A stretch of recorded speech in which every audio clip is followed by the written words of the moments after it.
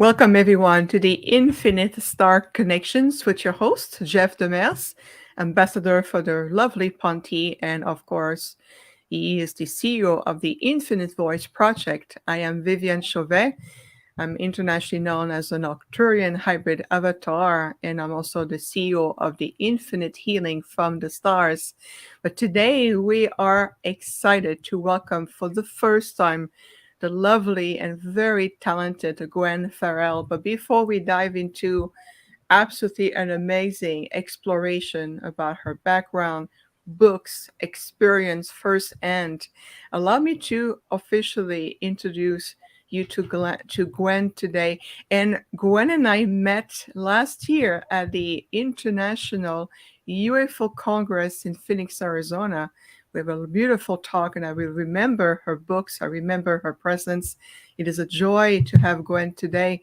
So let's explore. Gwen is a certified hypnotherapist and regression therapist specialized in experiencer therapy, a UFO investigator consultant, and CE5 researcher who has worked with hundreds of individuals who have experienced contact with non human intelligence and other anomalous events during private sessions. I want to dive into that. Groups, workshop around the world. It's been also at conference for over the 14 years. So we're in for a treat, everyone. So tune in and you want to know more about Gwen.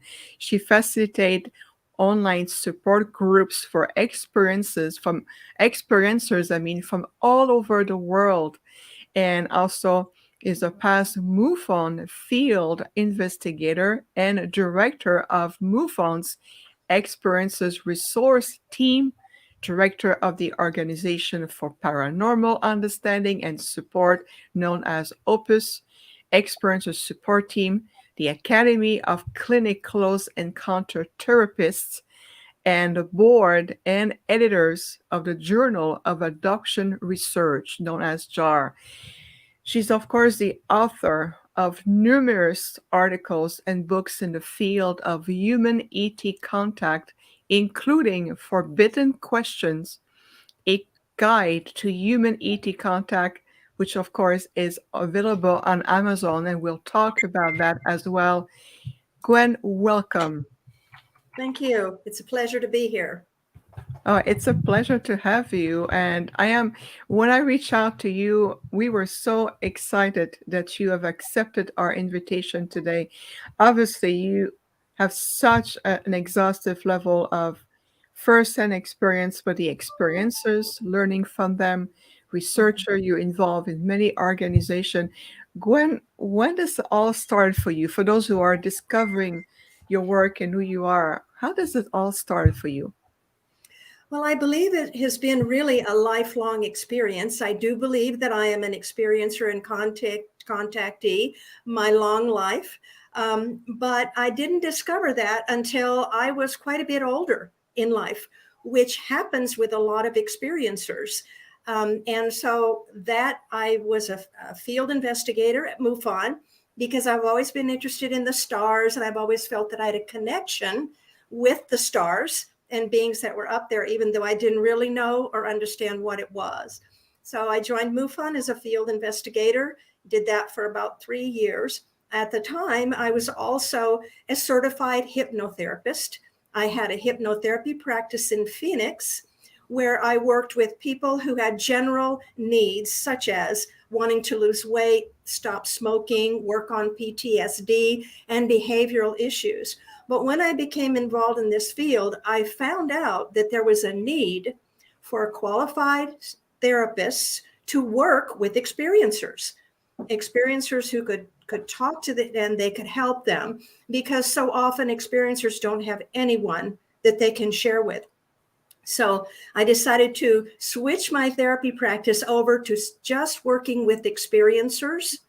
And I have been doing that for about 14 years now. Incredible. Let's dive into that experience. So, the last 14 years, working firsthand with experiencers, giving them a support system, maybe helping them to understand their own experience. So, what traits or maybe commonalities among experiences that you may have noticed in your over the Mhm. last 14 years? There is a huge variety of experiences among this whole contact phenomenon. It's huge. However, there are strong similarities among each of them. Everyone is an individual. They have an individual soul, an individual human brain, and an individual way of processing the experiences that they have. So no two are going to be exactly alike, but there are similarities. And some of the similarities that a lot of people have is they have what they might call an abduction experience. An abduction experience would be where you are removed against your will from your home or another location. You are taken to what is usually an alien location, and there may be all kinds of things that you experience in those locations. So abductions are quite common. Other things that people experience is what we might call psychic or spiritual contact. This would be where they are contacted by otherworldly beings, either just naturally, but frequently when they're in a state of prayer or meditation, and they are open to that kind of energy that comes in. So that's another type of contact that people have.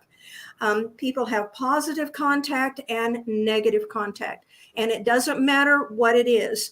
In this area, we consider it all legitimate, valid contact, because as a therapist, I work with people. I work with the people. I'm not an investigator anymore, so I don't really care about the contact as much. It's about the people. So all of these things are considered to be legitimate. Have you ever cataloged the types of beings that these people talk about? I have never personally done a whole book of it. I do mention it in the addendum in my book that we'll talk about a little bit later. And of course, I have listed them for in articles and for when I've done talks and things. But I understand over all of the researchers that I've worked with over the years that there can be as many as 300 different types of otherworldly beings who have been reported. And this would be since the beginning of recorded time. So we're talking about way back in the ancient times. The ones that I know and have most of my reports are the typical types, which would be grays, various types of grays. Apparently there are different races and groups of gray beings. There would be different types of reptoids or reptilians. Some good, some bad, but they have a similarity as well in the way that they function, in the way that they look.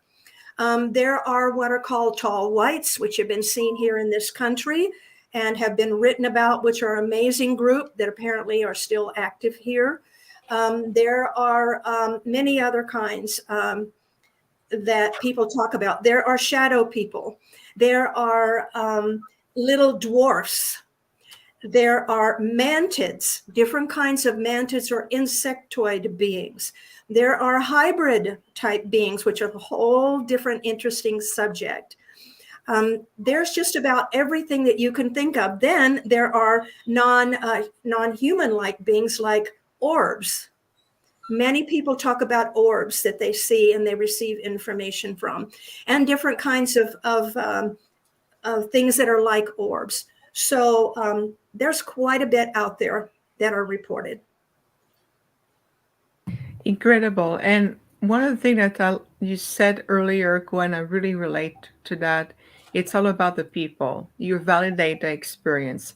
Mhm. Because too often, one tendency I've seen personally based on my observation and experience, it's about more qualifying the physical contact. If it's not a physical contactee or Right. experiencers, it's kind of dismissed. But in your experience, like you mentioned, all of the contact, whether it's more etheric, psychic, emotional, physical, and all the above, they're all valid. There are contact. Yes, we do consider those. And there are even things that are considered contact that you don't even touch someone. For instance, if an individual sees a light in the sky, which they think might be an otherworldly craft of some kind, many times people have information they get from that, or they will have a very strong connection. It may just be a light in the sky. It doesn't land, but they have a very strong connection, or they may actually get downloads of information at some point or see them in their dreams. We also consider that contact because that is a real experience that that person has. Oh, absolutely. I'm with you 100%. In fact, I always believe in synchronicity. Today we're Sunday, May 21st. We have you as a guest. 2 days ago, I was in a parking lot having dinner with a friend. And as we come out of the parking lot, my friend saw first the outline of what looks like a craft, and it was followed by both of us physically seeing an orb, a very powerful sphere of pure light, like flying over our head, so to speak, flashing in a blink of an eye, it disappeared. And we both were there to witness it. So we know that at the time there was a contact made. And in our case, Gwen, it was followed by three-dimensional portal opening, and I saw three beings. They were more interdimensional in that case, coming out of the portal and really being focused on us. They were very concentrated on us. And the message I received is, we're interested in what you are talking about and the energy that you're generating. So that was just my recent experience. And here you are saying there's a form of contact and it's just as valid. I love this. Yeah, it is. It really is. So, Jeff, do you have a question for our guest? Yeah, I do. Do you have contactees that are repeatedly being contacted? Yes, we do. It's fairly common. Many people begin having contact when they're children. They may have children or contact when they're children for a few years. Sometimes that tends to drop off when they get to be in their teenage years. That could be because they're just busy doing a lot of other things, or for some reason it drops off. And then it may recur as they become adults. Well, that sounds familiar. Yeah, frequently people do have contact. Many of the people who are in my groups have almost constant contact. Interesting. And that's a good point, because if you have a continuous form of contact, can it be possibility that they may be a star seed of those groups, or their point of contact, or there's some soul contract behind it? Do you have any details about that, for example? I think it could be any of those. We do understand from the many, many people who have told me, and my own personal experience, that the soul contracts are sometimes called pre-life agreements. Same thing. Those are fairly common as well. Not everyone has them, but many people do. And those will, as we understand that process, will tend to tie you together with individuals in certain lives. They may, bring you into contact with human beings in this life. They may introduce you to a spouse here, someone you can be close to, someone you can grow with. They may introduce you to teachers who can be to help you along your path. So absolutely, that could be hybrids also.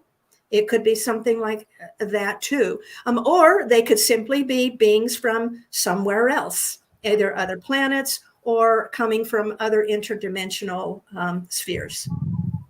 Yeah. Another question is: have you ever heard of we'll say an ET race contacting people on Earth to do a certain function, or to help them spread the word about their own race? Yes, we do. That's another one of the, I have a long list of what we call symptoms of contact or characteristics of contactees. And that's one of the big ones. Many people who believe they have contact experiences also believe that they have been given missions. And this might be part of a pre-life agreement with them, that they're here for a reason. And this is one of the most interesting things about this phenomenon is that somebody may go on in what we consider a normal life, not have any contact, not think that there's anything unique about them. And they're just a normal person working a normal job, or maybe they're unhappy, they're in a job they don't like, or they're ill or things like that, and they're just not happy. They can have a contact experience, which they find to be healing in some way, and they can totally turn around. They receive images, they can turn around. It's very similar to what some people talk about when they have near-death experiences. They sometimes feel that they come back with a mission. This is very common. Many people in this field have missions. Yeah, and they can be many things. It can be to tell the whole world about contact, or it can be to go to one person or to their family. It's just they're usually tend to be rather unique in that. But yes, they do. That's another good point, Gwen. I hear that a lot too with star seeds, or people have been in contact, or they are in continuous form of communication, that there is a purpose. Well, everything has a great purpose, and I love the way you interweave that. So again, it's bring validation to everyone to have your own information, your own contact. It is either pre-life agreements, there's a purpose, understanding what it is. I have a question for you, Gwen, from Mike. Can I read a question for you? Sure. Okay, Mike is asking, Gwen, have you been contacted yourself? And if so, by what civilization? I have been contacted, I believe, since I was born. Since possibly before I was born. But as I mentioned earlier, I didn't learn about it. I didn't understand it until I was quite older in life. And as I said, that tends to happen. But when that happened, but I always knew something was different about me. I was a normal kid. I loved school. I had friends. I had a loving family. But I always knew there was something that wasn't quite right. Like I had a home down here, but I had a home somewhere else too. And I always felt a very strong connection to what I thought was up there, something up in the stars. I never worried about it. I was never frightened of it. I just always felt loved. And I always felt, well, if I ever need to know, I'll know about it. So what I found out eventually after doing some personal work, first having it sort of, I kind of got poked by the beings and said, okay, it's time to wake up. Then I began to do some personal work here. But the beings that I have been in contact with were a species of grays. I don't know exactly which ones, because I understand that there are many different races, gray races out there. Thousands of them. Yeah. Thousands of them. Yes. So, but that's what mine was. And that's what I believe where I am from. I'm part of this world, but I'm from somewhere else too. So yes, it would be the grays, one of the gray races. Incredible. Gwen, can I share with you the vision I received to my third eye as you were talking about your experience? Sure. Okay, thank you. I always ask permission first, but I can't help it. I get visions sometimes as they are appropriate. But when you were talking about this, the moment what I saw is you are this like galactic therapist for many civilizations. So I saw you like, with pen and paper, like, taking notes like a therapist would, well, on the intergalactic level, interacting with many, many different star system, different intergalactic groups, including variation of the grays within that group. And the word gray, it's a big umbrella. And it's like you've been doing this work at a different level where you are like this recognized galactic therapist. And so in this lifetime, your soul said, okay, I'm going to bridge that work for those who are here on this earth to create a bridge of understanding and decoding and communications with the intergalactic communities, to bring them for those who have already contract or they're part of those groups of coming back, so in the form of star seeds, contactees, point of contact, experiences, and so forth. But that's the vision I received in my third eye. Did that resonate with you? Well, it absolutely does. I don't know why, but as you can imagine, after doing all this work, I've wondered many times about how did I get to this place, although I have always felt that I've been guided. That I guess that's why I've always felt so comfortable. I've never been fearful. I've always just said, well, I leave my life in my family's hands, and it always worked out that way. So, yeah, I think that would be right. I do believe that um, that if we are open to our paths, we can find paths here, and many of them begin many years, many lives in the past for us. So, yeah, thank you. I appreciate that. Oh, you're most welcome. I'm happy you're receptive because it is meant for you. That's why I asked you if I can share it. It came very clearly.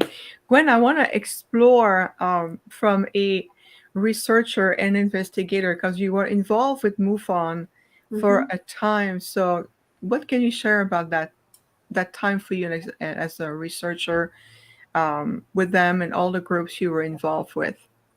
I very much enjoyed my work with MUFON as a field investigator. I was very excited to do it, but I was already a therapist, as I mentioned, a hypnotherapist, and I was used to working on not so much of a left brain level or a nuts and bolts level. I was used to working with people on more of a spiritual or psychological level. So I did enjoy about the 3 years that I had with MUFON. I learned a lot. I learned a lot about contact. But at that time, MUFON was not working with contactees. They didn't have anything at that time. So after about 3 years of it, I decided I really don't think I want to do nuts and bolts anymore. I don't think it was a bad thing. It was just not for me.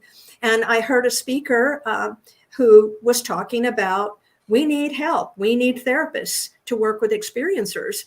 And that was it. And I reached out to her and she helped me with training. And I spent about a year working with her and another very well-known therapist in this area. And I learned how to be an experiencer therapist on top of that was. So from then on, I have worked primarily with experiencers. I have not been a nuts and bolts field investigator. And that's kind of what has brought me where I am today. I do have an understanding of how MUFON works and how their investigators work, and I think that they have done a lot of really good work over the years. However, it's just not for me, and I think it's not for everyone. It's not. They're not helpful to everyone. Who needs that? But that was my MUFON. I took MUFON training, and I was a certified field investigator for, as I said, about 3 years. So. When you have these experiencers and they tell you everything, do you find a correlation between other experiencers experiencing the same type of being? Absolutely. Yeah, as I think I kind of mentioned before, is that there are incredible similarities. You have millions of people who are having experiences, and no two are exactly alike, but there are similarities. And this is something that we find as researchers and all the people I've worked with over the years. So I could write and I can talk about, the different types of contact modalities and things that we are primarily are being reported to us. So yes, we do. But again, no two people are alike. And so this is the joy and the challenge of being a therapist and working with experiencers, because there's always going to be a little difference.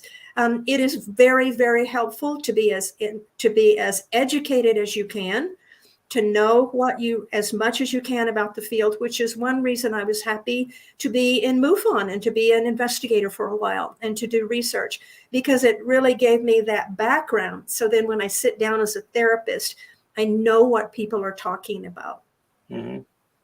What is the earliest experiencer you had? Was it like in the 50s, 60s, 70s? Do they recall that far back? Yeah, I didn't start until much later. I didn't become a MUFON field investigator No. It's the experiencers. How far age, back? like their age or? Yeah. Okay. I do not work with children. And so I don't work with anyone who's under the age of 18. I would if I have permission from their parents and if the parents are willing to sit in on the sessions. So they would all be adults. So, I mean, it has been every adult age that you can, from 21 or 20 all the way up to people who are in their 80s. Wow. So the people in the 80s have experiencers have experiences when they were younger? or Some just of them have. recently? Some of them have had experiences when they were children who may have continued for a while and then stopped for a while and then started up again. Some of them are brand new experiencers. That's the point I was getting at, right? This is what That's what I wanted is to know. amazing. Yeah, Absolutely. It could, they didn't, maybe they didn't, I didn't have experience till I was in my early 50s. I mean, I had experiences, but I didn't understand them till right. I was in my early 50s. Many people will come to me, probably the people who are a little bit mature in age will be remembering earlier experiences that they've had. But many of them will come and they don't know what's going on. They are as confused as anybody else who's had these kind of experiences. They don't know. And, you know, then they want us to understand. Yeah. And many people in my groups are a little bit older. Have any of your experiencers ever been harmonized with an ET? I'm not sure that I understand that term. Can you explain it to me? Has okay when an ET comes and you say that you interface with them on a level that they will um, make you understand Right. more of what's going on. It's like a heterodyning effect with an Right. ET. Has any of Sure. them ever experienced that before? Have they Oh, ever yes. even told you that they have? Yes, absolutely. Many people go through that experiences. That's another one of those characteristics that we have of that people talk about. They do. Most people It's have a life-changing event, really, for it can most be. people. Yes, it can be a life-changing event. It can change them. It can bring out their missions. It can change Mhm. their path in life. Sometimes, unfortunately, it can be traumatizing and Right. frightening. And that's when they are going to want to have some help to help them get around it. Sometimes it starts that way, and a few years later or a little while later, then it completely changes. So yes, we do get that. People have telepathic communication when the being is right there in their Right. presence, or they have what we consider downloaded information, which is also maybe some kind of telepathy. Some people feel that they are raised to a frequency level of the being, because frequency is something that we really are talking about these days in the realm of consciousness. So vibration, frequency levels. And so many will say, yes, I was raised to their level in order to be able to communicate with them. Correct. That's a powerful point. I am thrilled that you're mentioning that, Gwen, about frequencies and vibration. And there is, after time, a need to be reattuned in order to communicate with civilization or intelligence. They have reached another level of enlightenment or spiritual understanding or level of evolution. So I feel like this is so much more, um, encompassing to bring the frequencies.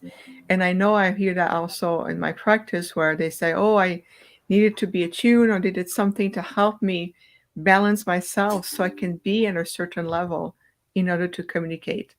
Oh, we're going to simply refresh, technology.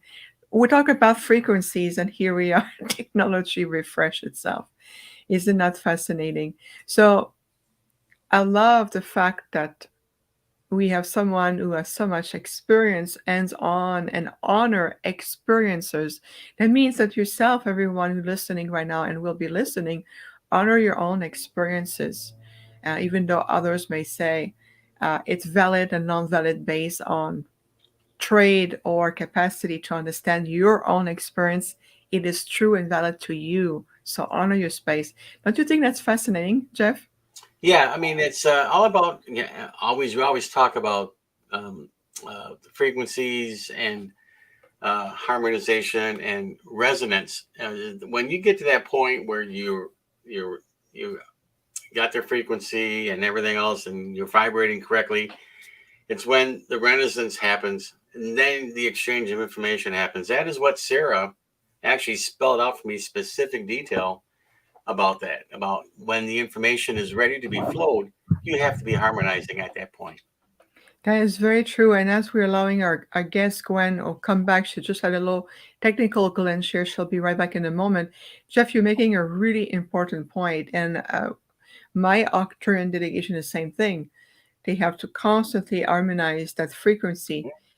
In fact, many people who have gone on board ships interacting with advanced, intelligent, and spiritually oriented intergalactic groups have reported to either take a liquid or something kind of downloads to readjust their field so they can be in the same frequency level. Can you imagine interacting with a being that is six-dimensional frequencies and you hear you're on the third density?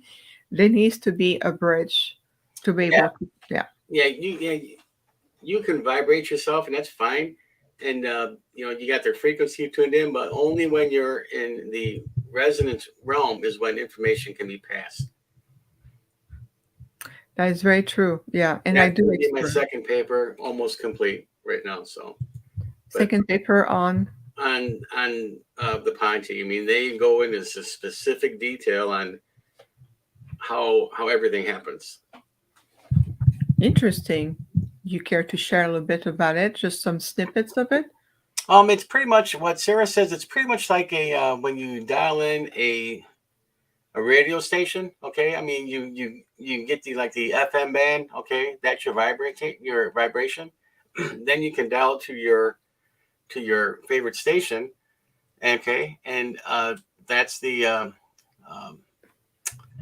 that's close to Renaissance, right? And then when you find your station, you said, that's the song I want to hear, and you crank it up. That's when the Renaissance is. Yeah, absolutely. Absolutely. And it's true.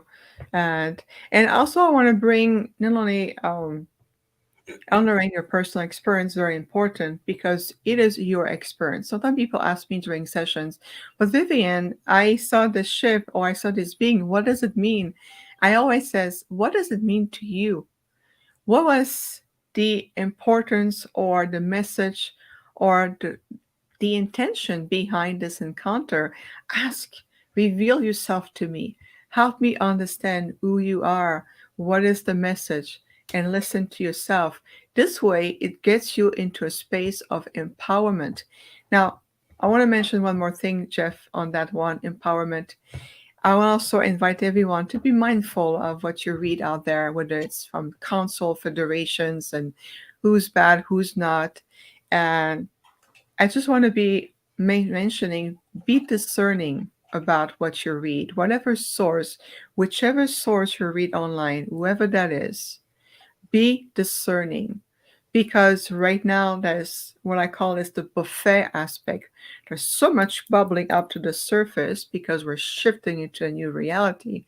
But at the same time, we get caught up into that swirl of information. And, A will say that, B said that, C say something, another statement, and D will bring another statement. So let's be mindful, bring yourself back to your core, allow yourself. And for the record, and there are no fallen Arcturians, please, let's drop that topic. So I have to block someone in the chat room right now because of that negativity. Let's stay in the light, everyone. It's all about the light returning back to itself. That's what it's really about. So let me check on our guest, making sure that she's able to join us again. I'm sure it's just a matter of technical. I see you're coming back. Yes, there we go. Gwen, we were just holding sacred space while you were coming back. Thank you. I apologize. My computer just went black. That happens. That happens when we start talking about these things. There's nothing we can do about it. Yeah. So, well, thank you for waiting. Of course, we were simply continuing the conversation based on what you shared. Both Jeff and I shared some wisdom from our intergalactic groups. There was some interaction in the chat room. So we were there for you. It's just a continuous form. Well, thank you. Of course. Of course. Well, since we're back and we're going to continue diving into your incredible experience, I'm quite personally curious to learn a little bit more with your experience. You said that you were also a CE5 researcher. You've done your work with hundreds of individuals who have had direct experience. What is the difference doing that kind of work versus the therapist part? Well, I consider the CE5 work to be, that is the human initiated contact with extraterrestrials. And that I consider to be more of an investigative, but it is also experiential. But I've always considered the CE5 to be for my own personal experience.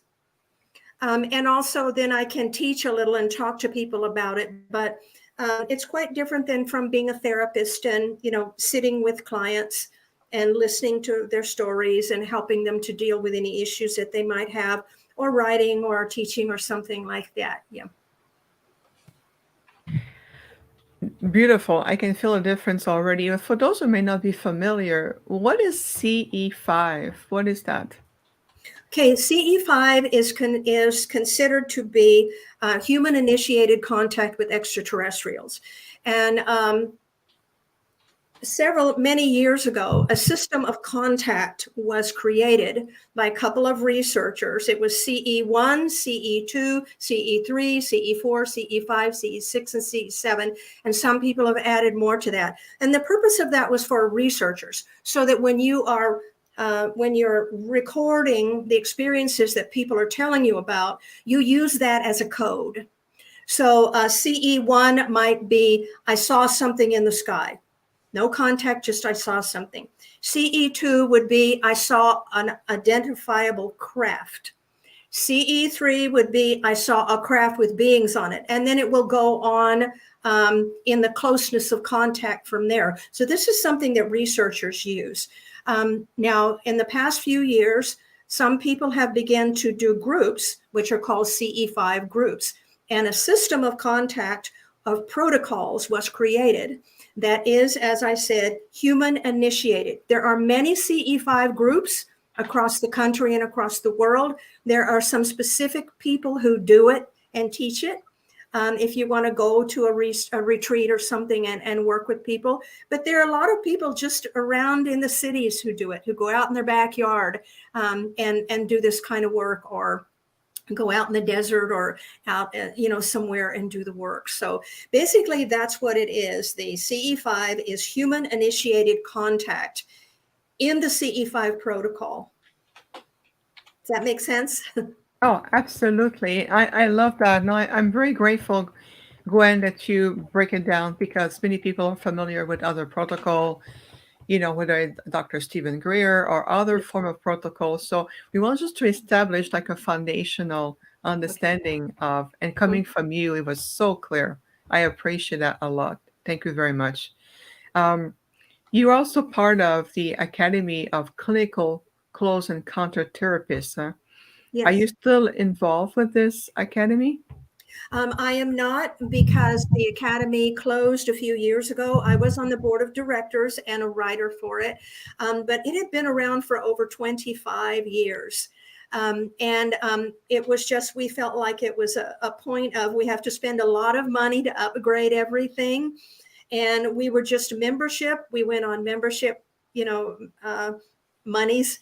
And so we just decided then to close it down and put all of our archives together. And I have those archives. So no, that organization is not around anymore. But many of those people, although they tend to be a bit older, are still working in this field as therapists or researchers. Lovely. That is fantastic to hear, because everyone expertise is so valuable regardless of Absolutely. the label of age. So I'm thrilled to hear. And also listening to your experience as a therapist with direct contactees and experiencers, it is wonderful to know that it's from all generations. There's not just some categories only, but it's really much all level. And just to tell you that it's never too late to awaken. It's never too late to understand who you are. I always said this is an invitation to awaken. So you illustrate that very well, Gwen. Thank you. Mm-hmm. Let's talk about your book. I'm excited. Huh? Forbidden Question, A Guide to Human ET Contact. I'm going to show Are you going to on show the it? screen. Or I can. Yes, go ahead, please. Yay, perfect. It is available on Amazon, correct? Yes, it is. It is in paperback on Amazon, or you can get it on Kindle as well. Right. Perfect. Can you tell us about your book? Sure. I call it forbidden questions because of all of the people I have known over the years who were forbidden to talk about their experiences. These are people who cannot talk to their family. They cannot talk to their priest. They cannot talk to even some friends. They can't talk to anyone. And they are people who find their ways to people like me or people like you who are working in this field. And so the book is a mini encyclopedia of every type of human ET contact phenomenon, or also interdimensionals, not just extraterrestrials. So I wrote it as a little mini encyclopedia, and it has about 38 chapters, plus an appendix, and every one of them is about a different kind of experience that people have had.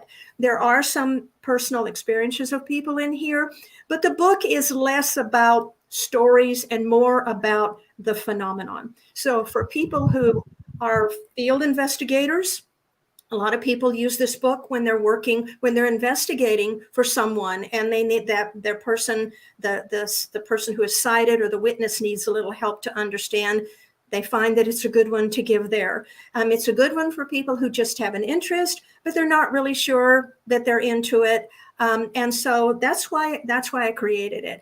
And like I said, it has a lot of things in it that you don't necessarily find other places, because they're kind of some of more of the obscure parts that people don't tend to talk about, but they are real and people are really experiencing them.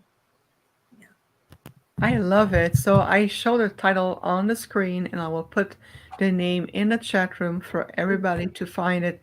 Thank you. I remember seeing your book at the International UFO Congress, and I remember our conversation, and there's something about it that really caught my attention. The proof is that we're having this discussion today, now live on the podcast. So you see, you never know who you meet in life. That's incredible. Well, I'm going to post that right away for everybody asking me. Here's it is, everybody. It's in the chat room, and you are very much welcome to go on Amazon, paperback or Kindle version. Yes. Definitely encourage you to go and get the book from Gwen. Really much a mind goal of resources. You mentioned something also important from the book, and I love that. You mentioned a distinction between extraterrestrial and interdimensional contact.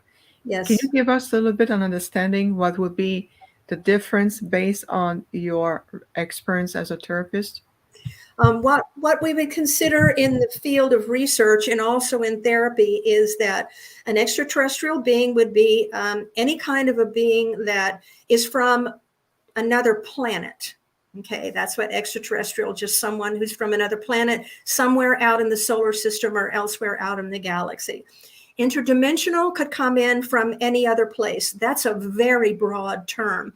We use that to also cover paranormal experiences, such as ghostly experiences and other things that we talked about, like orbs. But any kind of paranormal experience, we also consider that interdimensional, because we believe that can come in from the spirit realm, which is kind of broadly included in that interdimensional area, or can come in from many, many other dimensions, time dimensions, and things like that. So that's much more broad.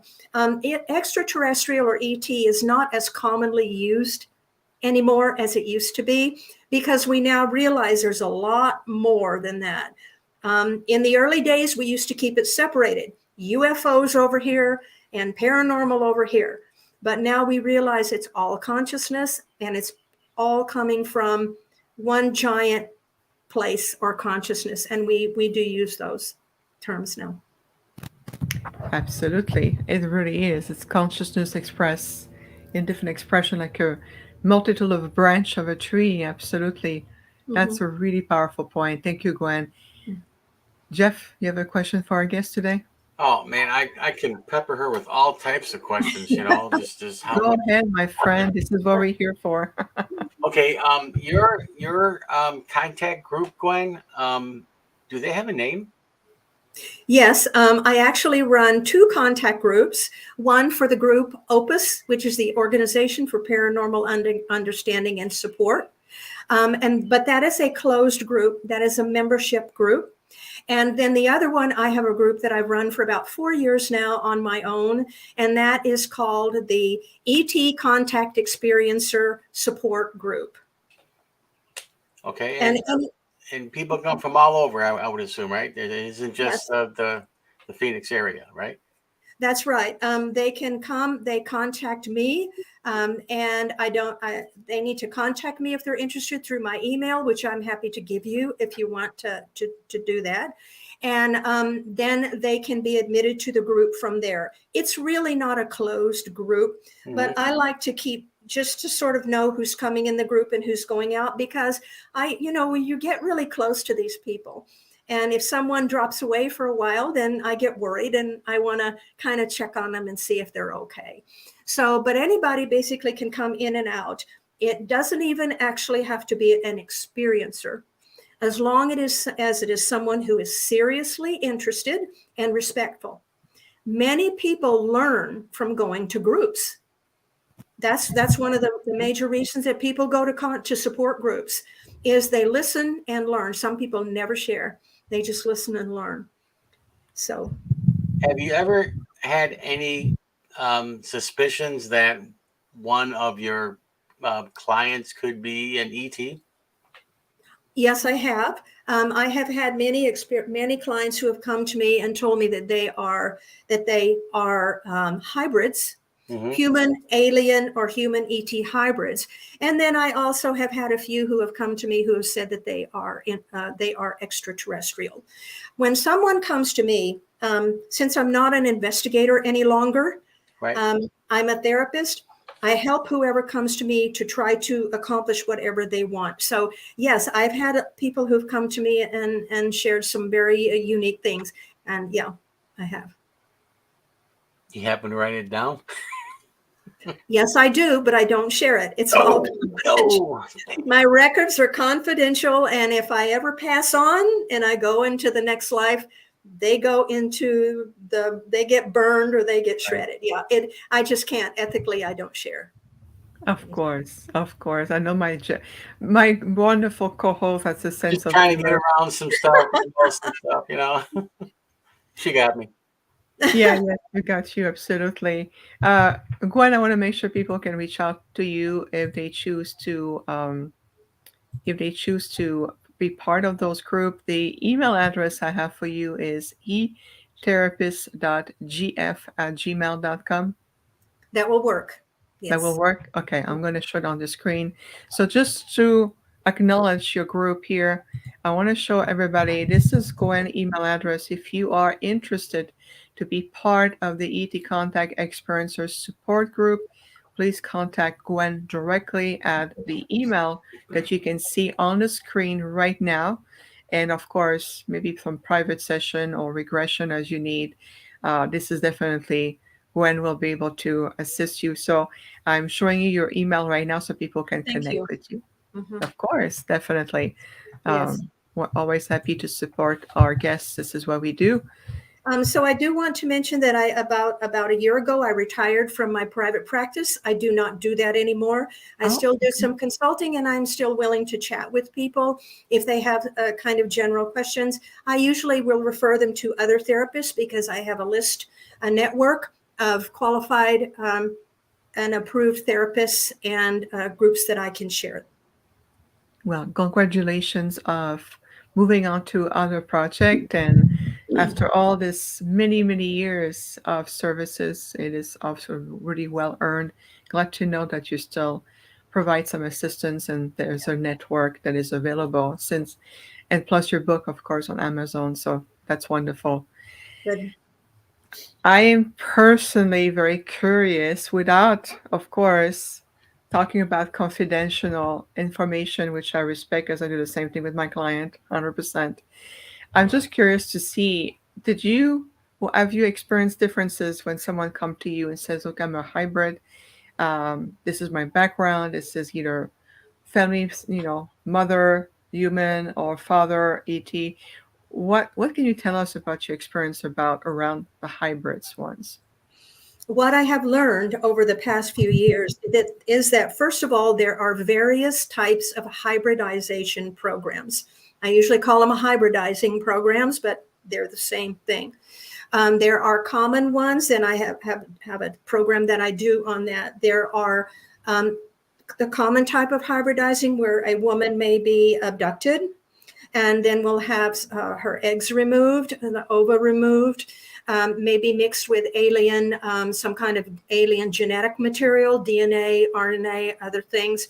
And then the child may be placed back into her womb. She is put back in her life. And then she may be taken back aboard the ship or the location in a certain number of months to remove the fetus. That's probably the most commonly known one. There are also men will sometimes be taken as well to have sperm removed. Sometimes humans are brought on the ship, male and female. They are forced to have sexual relations, which may cause a baby to be implanted in the womb. That then can be used that directly right there in utero. DNA can be mixed, or other kinds of genetic material from the aliens can be mixed. And then typically the people are released. The woman is then brought back at a later date when they decide that they want to take the fetus from her. Many, many women report that they have been the mothers of alien hybrids, and they have had them removed. So that's probably the most commonly known one. However, there are other ones. There's another one where there's actually a soul connection or spirit realm connection. There are certain very highly developed alien beings or otherworldly beings. Not all of them are able to do this, but some of them are very highly advanced. They have the ability to join with a human spirit in the womb. So a fetus begins from a human mother and a human father, and then at a certain point there is an agreement made with the spirit realm, with the parents also, that this is okay to do this. And then those beings are able to introduce they take the spirit from the spirit realm, and they are able to introduce physically somehow their genetic material to that. Like I said, we don't believe that all races are able to do this. It has to be the ones that are very highly advanced. And those are probably fewer than the others. Probably not the gray races. We don't believe they can do it. We don't believe that the reptoids or reptilians can do it. Doesn't mean they're bad. It just means that they're just not at that level where they can do that kind of, that's really tricky, very, very special kind of hybridization technique. And it's not as common. This is what we often call a starseed type of hybridizing. It's not exactly the same thing as a starseed, but that is an actual spiritual connection that you have in a physical body. And there are others too that people talk about having done on them, but those are probably the two most common that I hear. Yeah, and that pretty much resonates with what I understand that to be too. Mm-hmm. Now, from the ET's point of view, that is like, you should feel honored that we're doing this because you are helping perpetuate the human. But from our point of view, it is a violation, and that's the understanding that has to be understood between these. Yes. There are many reasons why alien races hybridize and use human bodies and human genetic material to hybridize. And one of them is that we think they are trying to somehow advance humans now for who knows what reasons. And many are just because they want to expand their own races as well. And so they are using a human body for that. One of the things that is important about the spiritual hybridizing program that I talked about, as opposed to the physical hybridizing program, is that the spiritual program, we believe, is done with the consent of everyone. The spirit realm is always on top. They are the most powerful one when it comes to humans. And they will say yes or no. If they are willing to take a human spirit and contribute it to this, they work with these specific ET races, and they know the races, and they know which ones can be trusted. And so the spirit realm has to say yes. The ETs have to say yes. And the parents, the individual human parents, if there are parents who are in the life, if there's a father and a mother who are in the life of the baby, they have to say yes as well. Otherwise, this doesn't happen. So Yes, nobody. it is the individual's oversoul that gives permission for that Mhm. person in this timeline to be affected by any outside source. It Yes. doesn't affect all the timelines of the person, just this only one here. So is yeah, my understanding for that. but you were right. It is in the physical type of hybridizing programs, it's less likely to be consensual. It's more likely to be an abduction experience and to be forced on someone. And we do believe it because we've had so many experiencers who tell us that they see hybrid creatures aboard craft or in other locations, that many of these creatures who are created through this physical way don't survive. They're not healthy. They don't really make it. Some of them do, but many of them don't. So it's, we don't really know. We don't understand everything, but that's what we understand. I was told that the reason why they choose the Earth human is because the Earth human template has a unique attitude of adapting to any environment and surviving. So they need that for other areas of the universe. And that is completely possible. Yeah, that's one of the theories that we have. Some people tell us that also. So we, like I said, it's just different things and how people report them and how they deal with them. But that is highly possible. Sure. Yeah, this is actually a very old type. This Earth human template is used throughout this area of the universe for many different times. It certainly could be. Yeah. It's all really good points, and of course, there are other layers to the word hybrid. If you look at human beings as a civilization having so many cosmic, galactic mix of genetic pool within ourselves, this is why we look at human beings as galactic royalties, in a sense. But we have to look at this as from an entire civilization perspective. So it's a whole different reality. And of course, in my case, I'm a unique prototype because it is done through the consent for generations of soul involved in this project, not just my immediate human family, human parents, but also my grandparents and the grandparents as well were involved in this. So it's a whole generational timeline of soul agreements, partnership, working together to bring me in that space.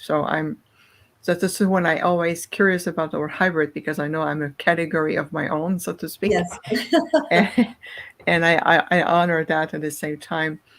But from the perspective of what you've learned so much from all of the regressions and the people you help, Gwen, is it not to say that ultimately abduction or non-abduction and all of these labels we put, is it not ultimately all soul agreements to some degree?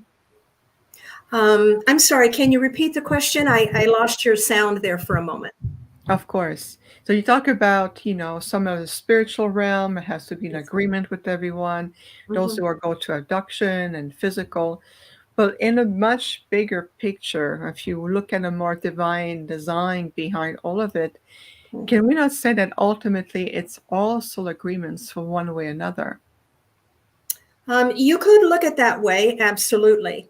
We as human beings are most of us are so restricted by this 3D reality that we live in and a physical body that we have that prevents us from remembering things, prevents us from thinking about things, and often, I believe, prevents us from actually having experiences that we don't really understand that. But if you look at human beings as high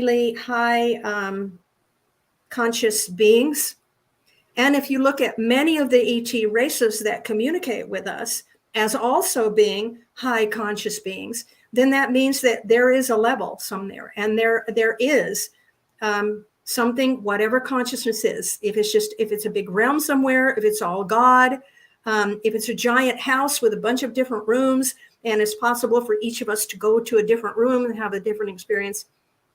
We don't know that, but yeah, we do believe there's definitely something overarching here, and I would love to know what it is. We don't know it yet, but I hope someday to be able to understand that. Thank you, Gwen. You have any more questions, Jeff? Yeah, real quick. I was wondering if in all your interviews, experiences, whatever, that the understanding of the 3D realm is such that since that the ETs are obviously higher, that they actually are desire to come down to this realm to experience the feeling of love, anger, pain, all that stuff. Have you ever heard that theory before? Yes, absolutely. And that's one of the strongest, probably one of the most accepted theories among researchers, is that especially when people talk about coming in with a pre-life agreement, they have a reason for being here. And so some of them are with the races who perhaps, some of them who can't procreate on their own for various reasons. Maybe they're AI, or maybe over the years of doing different technology on their races, they have lost the ability to procreate. So we believe that some are coming down here and they're using a physical body from humans and sperm and genetic material and ova to actually create a hybrid that they can take back and work with or study, and perhaps they can breed them in some way there. We also do believe, and I believe this is something that I've heard many starseeds talk about, is that they have come down here to learn and to report back to their star families who want to know what life is like in 3D reality on the Earth right now. Correct. Exactly. That's why they are here. And they do report back, many of them do, in various ways, in various connections and contact that they have with them. So yeah, I would say, sure, they definitely could be using a vehicle, a human vehicle, or a physical body to bring a consciousness into that then can transmit information back to them. Yes, exactly. And vice versa. There's many souls who remember, who are now Earth human beings, remember having experiences or incarnations or past life on the planet where they were may not be not humanoid, or they may be just a humanoid race, or they were felines, or they were mer people. And then in this lifetime, they come and bring that knowledge back to them at a soul level, to their soul ancestry. And you can tell it's going to be a lot of, different traits and guidance and things inside of them that really brings them at a level.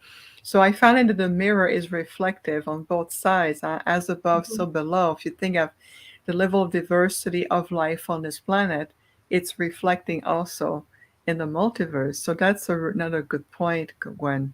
Yes. I agree. Wonderful. Thank you, Gwen. With all of the people, everybody you work with, what you've learned, extracted, and everything, what would be some point of wisdom that you may want to share with everybody to give everybody validations, especially with all the changes, the awakening consciousness going on? What would be some point of wisdom you have extracted from all of your session with experiencers? I guess what I would say is that there are many people who are experiencers and don't want to be. And there are many people who are not experiencers and want to be and would love to be. So what I believe is, I personally believe that we have paths. We may not know them. Probably most of us don't. In this life, we have a path to follow.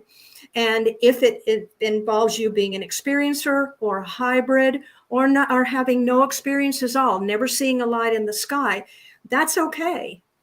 Because you are a human with a soul and a functional brain. If hopefully you're healthy, you have a brain that works and you have a body that works.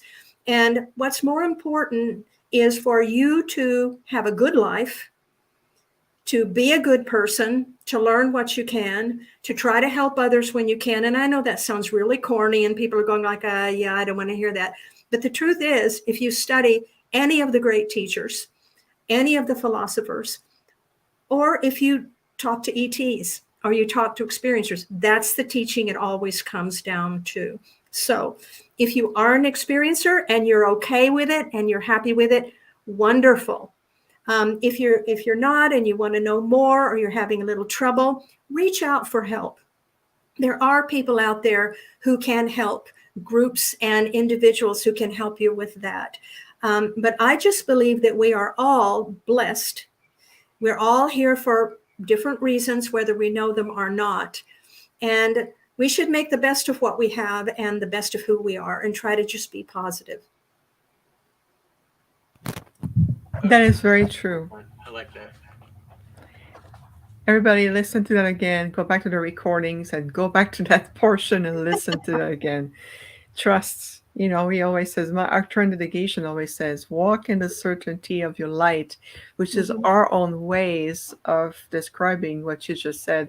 And you're absolutely correct, Gwen, because in all the communality within the enlightened, spiritually oriented, intergalactic civilization, there's this common message: stay in your light, live to your heart, learn your lessons from a place of love and compassion, and walking the path of mastery. So it's all tied up in what you just said. So I want to give you acknowledgement for that. This is amazing. Right, Jeff? All right, you have any more questions, my friend? Not. Just keep on going, man. I mean, every time you ask, I got like 4 or 5 more. So well, go ahead. We have time, and our wonderful Gwen is right here. So go ahead. Anything else? Anything else, man? Yeah. Anything else that I can answer? I don't promise that I know it all, but I will do what I can. It's all good. Let's see here.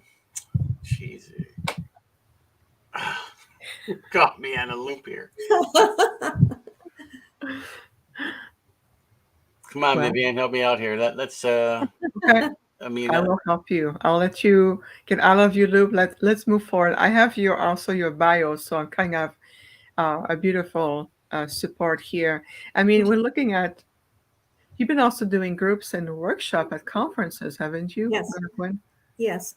I did a workshop at the International UFO Congress last year. That's right. I did all of the support groups, which was about 8 groups, all 3 days. And then I also did a workshop on Monday. And the workshop that I did, workshops, I'm sure you've all been to conferences, so you kind of know how they work. But workshops tend to be different from speakers because in workshops, you do something. Workshops are for people to participate with. So there's a talk and then there's a participation. And what I always want and enjoy talking with people about is therapy, especially hypnosis, hypnotherapy, and regression therapy, because there is so much misunderstanding about that. And one of the things I have always said, even though I've regressed many, many people, is it doesn't work for everyone and it's not right for everyone. Figure out if it's right for you. I even have a chapter in my book, Should I Get Therapy?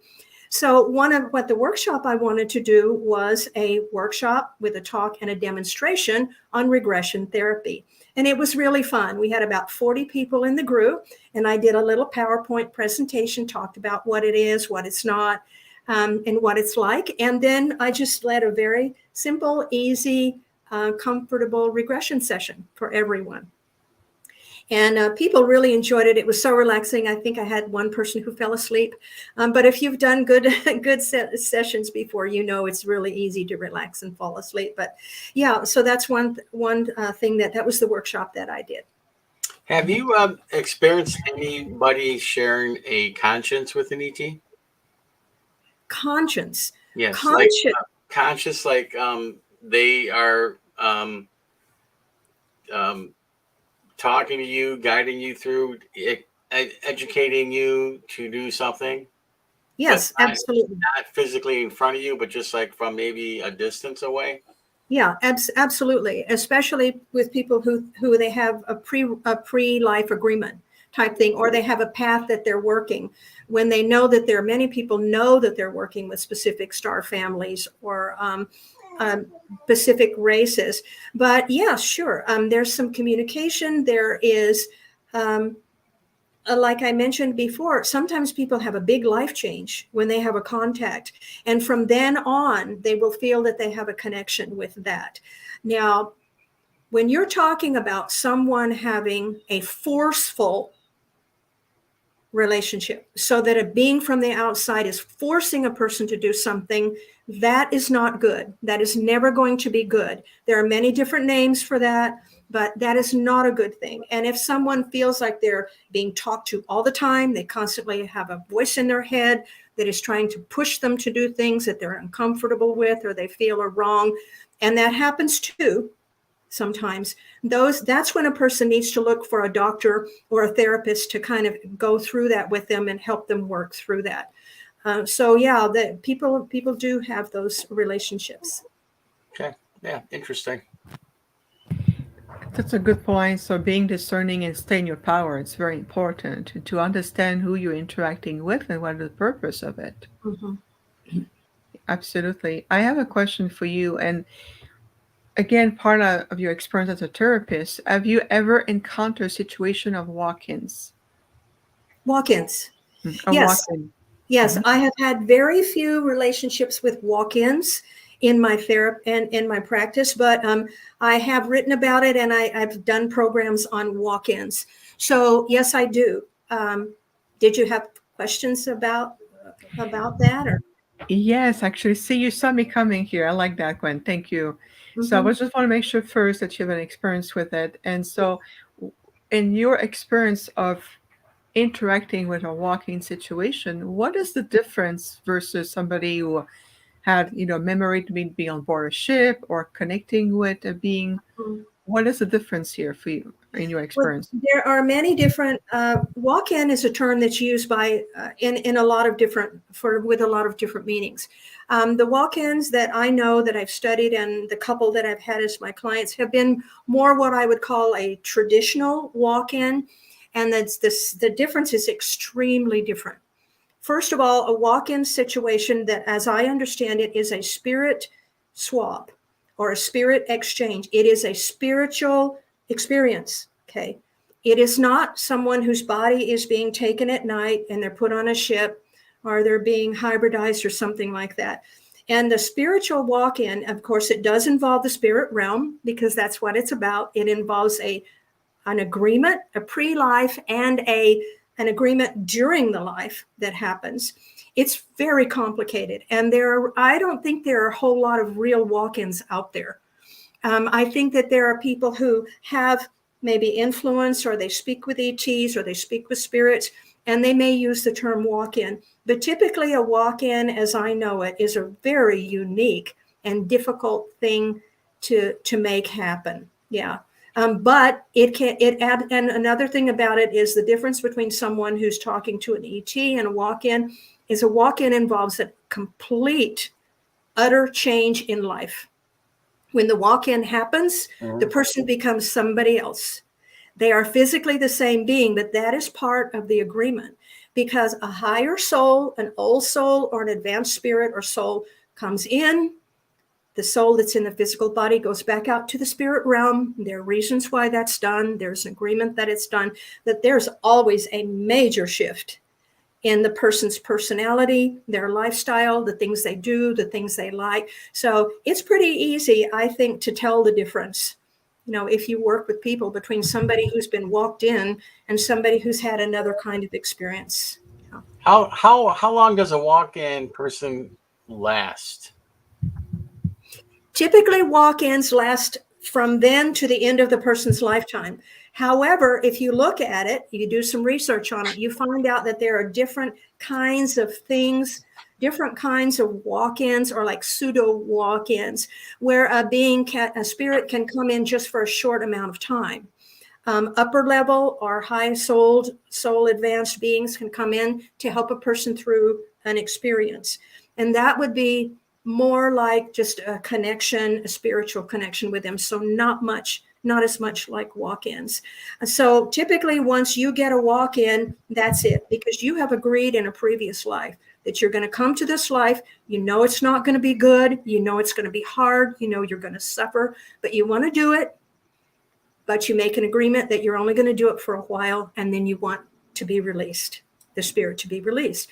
And so once you get it in, usually you're there till the whole end. And usually children are not involved. It's typically people who are older, although there are some, it is possible, we believe, to do a walk-in with a child. Did that answer your question? Beautifully. Yeah, and also I'm under the impression too that some walk-ins will be visited by the host ET to help them live a little longer or fix them up because of this 3D environment is so heavy, that they're not used to that. So yeah, absolutely. We do believe that that when you have a connection with a star family or a particular race, they do look out for you. yeah, I know somebody that has that happen to them. They do look out for you. I would not necessarily call that experience a walk-in, a traditional walk-in, but it doesn't matter what you call it. It is that kind of experience, and they will, and they do tend to look after their people. Otherwise, why would they put you here? What they do is not easy. It's not easy to get. Oh, they must have drawn the lucky 3D card or something. Yeah, I mean, it's not an easy thing for these beings to do, and so they're not going to do it unless they think it's going to work. Sometimes it doesn't work, and that's unfortunate, and the person is lost. But they're here for a reason. And so, yes, they will look after their people. Yeah, I mean, they're here for a clear cut. They know exactly what they have to do, and absolutely, they take care of it. They do. Very true. Yeah, they will look, and even the star seed who are in connection with their star families, they look after each other. That's a support system. No one is just dropped on the planet as a form of punishment. It says good luck and see you at the end. We all have support system. So speaking of walk-ins, and I love the way you bring it about and clarifying that word. Can it be also considered as a soul swamp? Oh, yes. They're often called soul swaps, soul switches, soul braids. They're sometimes called as well. They're essentially the same thing we think in the way that we think of them. Yes. Very good. Very good. That's why I just want to clarify because there was a question in the chat room. And I personally witnessed many, many years ago, I witnessed someone who had the end of her journey, the soul was done, and it was a walk-in situation.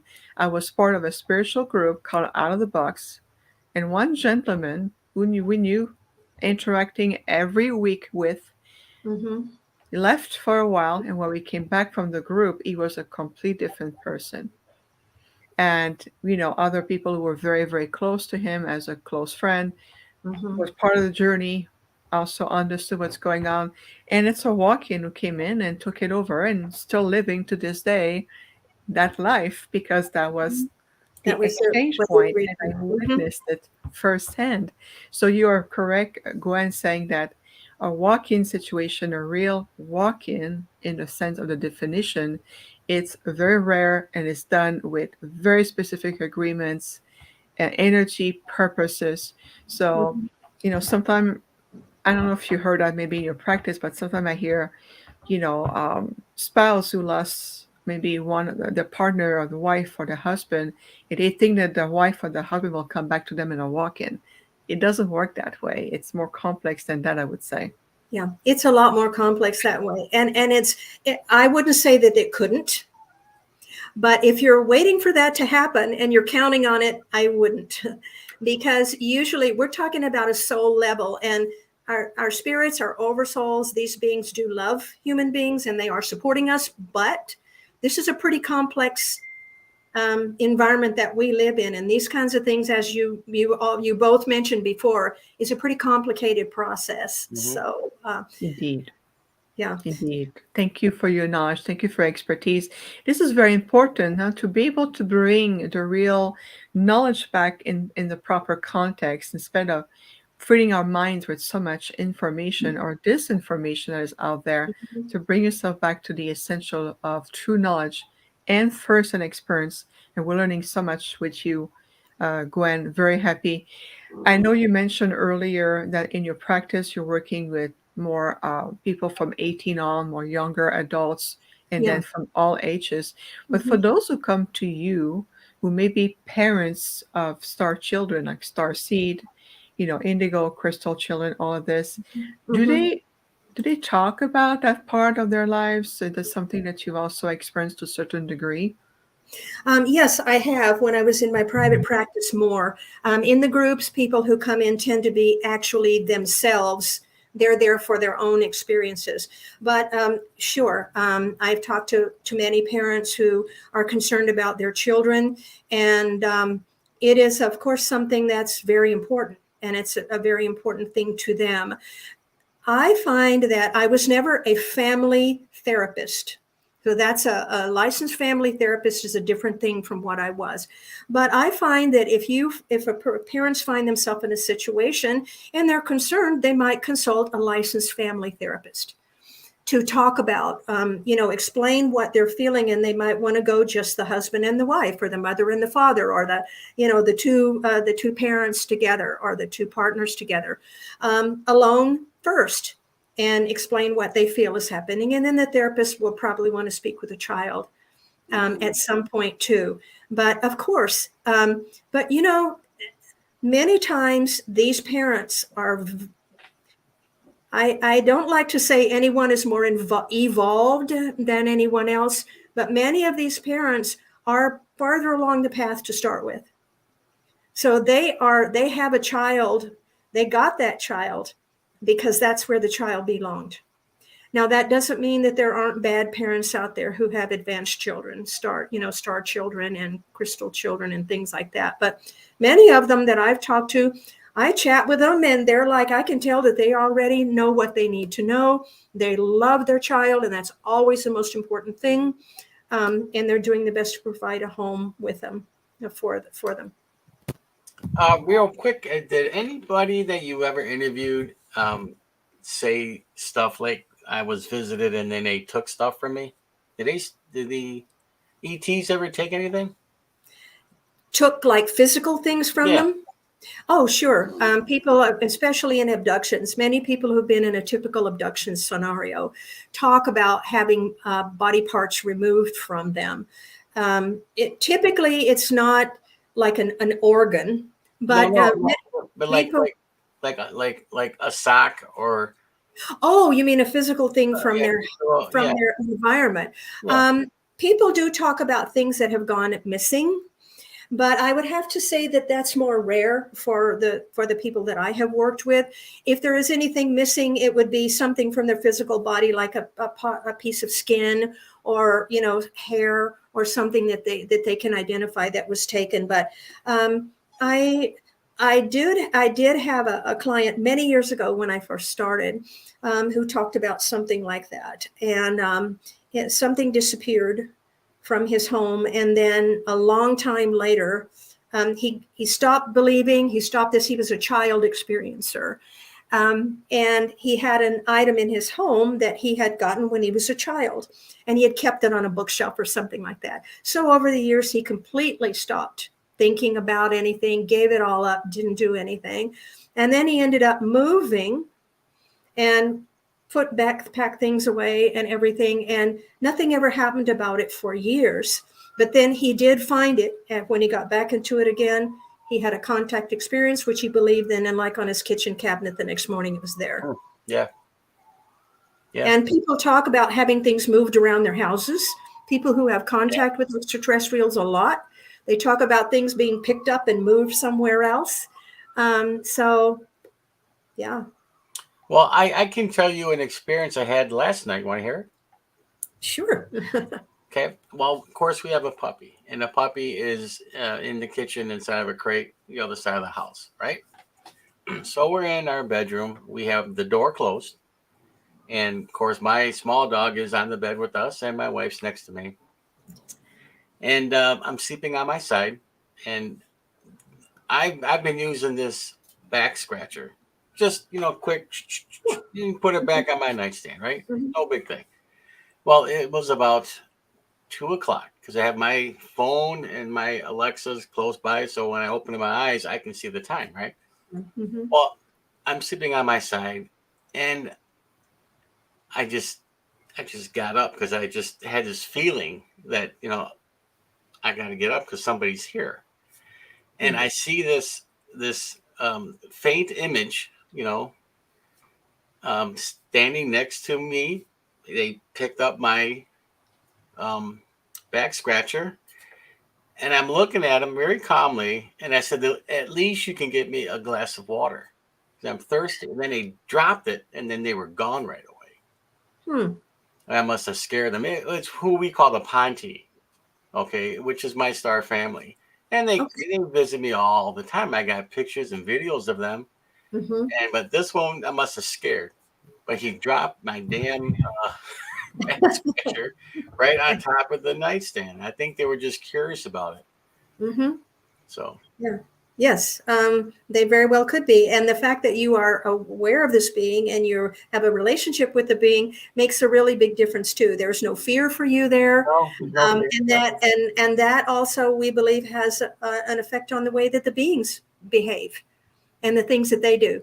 So Yeah, yeah, I'm yeah. Because they took yeah. my socks, they took my wedding ring. I have missing items, and I'm a pretty neat guy, so I know where things are, and just Mhm. so I just wanted to see if anybody else out there has the same thing besides me, because I'm sure I'm going to go and see these guys, and they're going to say that's my Yeah, sock you're wearing.